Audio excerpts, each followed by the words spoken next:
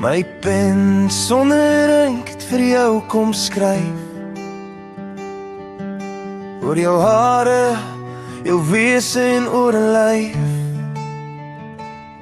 Op papier sonder lyne en sonder woorde.